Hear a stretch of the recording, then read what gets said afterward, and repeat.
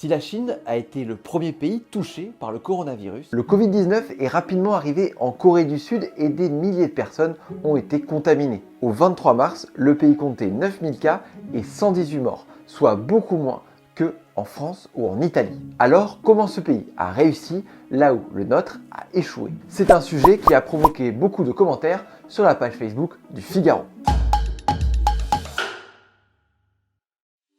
Si la Corée est bien préparée, c'est peut-être parce qu'elle a l'habitude. Les pays asiatiques en général se rappellent des deux précédentes épidémies de coronavirus. La première, c'est celle du SRAS qui a lieu en 2003, surtout en Chine et à Hong Kong. Puis en mai 2015, la Corée du Sud est très touchée par un nouveau coronavirus bien plus virulent, le MERS. Dans le pays, il y avait eu 185 cas et 36 morts. Une situation qui a été vécue comme un traumatisme et dont les autorités ont eu beaucoup de mal à prendre la mesure. On a frôlé la catastrophe. Ils ont réussi à endiguer très vite cette épidémie, mais il y a eu beaucoup de morts, il y a eu des morts dans les hôpitaux à Séoul. Ça a été un peu une répétition générale. Ils ont vu, eux, ce que c'était que la menace d'un virus extrêmement virulent. Grâce à cette expérience, la Corée du Sud a réagi très vite au déclenchement de l'épidémie de Covid-19. Le pays a été l'un des premiers touchés. Début février, un foyer a rapidement émergé à Daegu, dans le sud du pays. Et le gouvernement a mis en place une importante campagne de dépistage en s'en donnant les moyens. Très vite, quand ils ont vu ce qui se passait en Chine, ils se sont dit, premièrement, il faut qu'on développe notre propre test, non pas le test que les Chinois avaient développé, donc autonomie. Et deuxièmement, ils ont tout de suite, des entreprises de pharmaceutiques se sont lancées dans une course contre la montre pour monter un kit de test opérationnel très rapidement. Ça a pris 2-3 semaines et au même moment, les autorités ont parfaitement joué le jeu. L'homologation, normalement, d'un nouveau test, ça prend à peu près 1 an. Là, ils l'ont fait en 1 semaine. Aujourd'hui, quelques 18 000 tests par jour sont effectués. Et si les soupçons pèsent sur une personne, elle est systématiquement dépistée. Dès qu'une personne est déclarée comme ayant le virus, ils vont récupérer entre 20 et 50 personnes dans le rayon autour de cette personne et les tester automatiquement, qu'elles aient des symptômes ou pas cette fois-ci, puisqu'elles ont été en contact avec une personne qui a été déclarée. Ensuite, on peut aussi se faire tester gratuitement si on a au moins 2 symptômes, je crois, donc si on a une toux ou si on a de la fièvre, etc. On a d'ailleurs vu ces images de gens qui se font dépister dans leur voiture dans des espèces de drive. Et puis, comme beaucoup de pays asiatiques, les Coréens portent des masques. Pas pour se protéger, mais pour éviter de transmettre des maladies quand eux-mêmes en sont porteurs. En Europe, on tend à voir quelqu'un qui porte un masque comme une menace.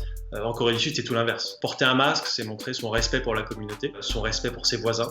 C'est montrer que même si on a des symptômes grippaux, on fait tout pour éviter de contaminer les autres. Et ça, c'était quelque chose qui a manqué en France. Vous ne pouvez pas aller dans les lieux publics sans avoir un masque, vous ne pouvez pas prendre un transport public. Ce matin, j'ai dû partir en catastrophe, je devais aller prendre le bus et en retard, je suis revenu en arrière parce que je me suis rendu compte, j'ai oublié mon masque, je ne peux pas prendre le bus sans masque. Et la réponse de la Corée du Sud face au Covid-19 est aussi technologique, puisque le pays utilise aussi les données personnelles de ses habitants pour contenir la propagation du virus. Quand une personne est repérée, le gouvernement envoie un message aux citoyens avec l'itinéraire exact de la personne contaminée. On vous dit à 18h il était dans telle supérette, à 20h il a mangé dans telle pizzeria et on invite la population qui a peut-être croisé les pas de cette personne d'appeler un numéro téléphonique où là on va tout de suite être mis en relation avec des gens qui vont dire est-ce que vous avez des symptômes et éventuellement s'il y a des symptômes qui persistent, on va vous demander de vous tester. Résultat, en Corée du Sud, dans la majorité du pays,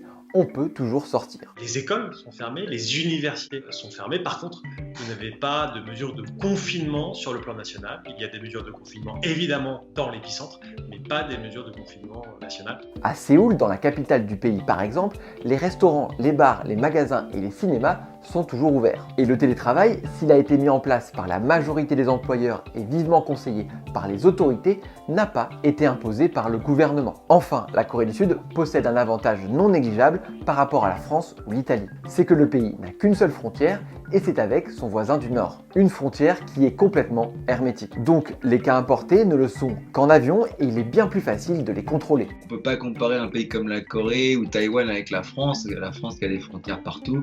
Là ce sont des îles, donc il y a 1 ou 2 points d'entrée, c'est beaucoup plus facile à filtrer. Néanmoins, il y a un domaine dans lequel la Corée du Sud a été bien meilleure que nous pour endiguer cette crise. C'est l'anticipation. Ils ont une attitude depuis le début sur cette crise qui veut dire on regarde le truc en face. En France, on a eu l'impression, en Europe, on a été dans le déni très longtemps. Les autorités toujours à dire ah bon, on temporise quand ça arrive pas. Et puis la population disait ah bah oui mais c'est pas très dangereux. Eux ils ont pris l'inverse et de dire ah il y a un truc, vite. Merci à vous d'avoir regardé ce sujet. N'hésitez pas à commenter pour nous dire ce que vous en avez pensé et quel sujet mérite selon vous qu'on le traite dans le cadre de nos vidéos explicatives.